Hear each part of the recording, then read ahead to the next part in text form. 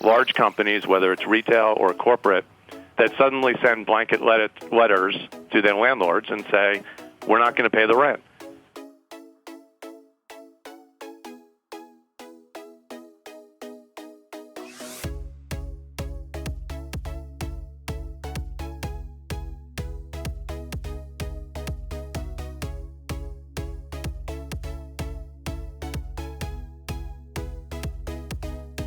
You have very strong tenants, not necessarily in our centers, but across the board: Nike, Adidas, Estee Lauder, TJ Maxx, Apple, Burlington. Those tenants, they need to pay, even though they're closed, right? They have the capacity. In Germany, Adidas sent a letter to all their landlords, and ultimately there was a public shaming of Adidas, and they retracted the letters and they paid their rent.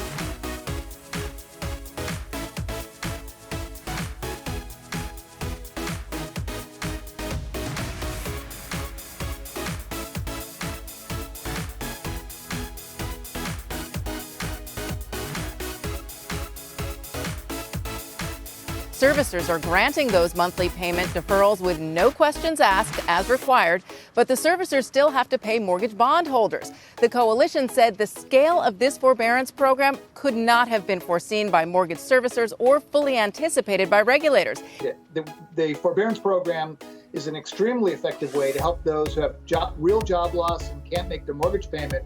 But the way this is being rolled out is fraught with moral hazard. It's open to anybody, whether they're wealthy and have paid checks and can continue paying their mortgage, as well as those who truly need the money. And unfortunately, that's just going to balloon up the total size of borrowers who execute and take the forbearance plan, putting an extraordinary burden on the private sector and ultimately the taxpayer.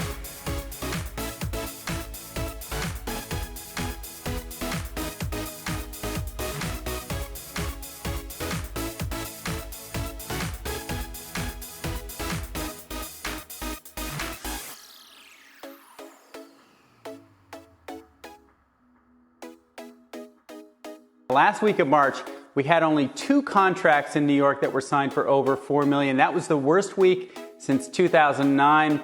Now, one of those contracts was for an apartment that went for 40% below its original asking price of $11 million. Now, the biggest shock was inventory. This is the big headline this morning, guys.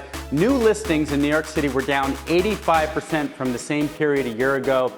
The number of listings pulled from the market jumped by 68%. So basically what's happening here is that sellers have pulled everything off the market in New York City, knowing that the buyers are just staying away right now. The big drop, of course, that's going to be in April and May.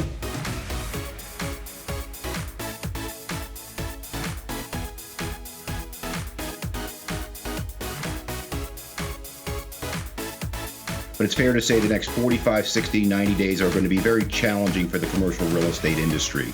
And that challenge comes in the form of people unable to or not paying rent, and also landlords who are unable to pay their mortgages as a result. But I would suggest to you that the Fed, the Treasury have come in strong to protect our industry, but we certainly need a lot more.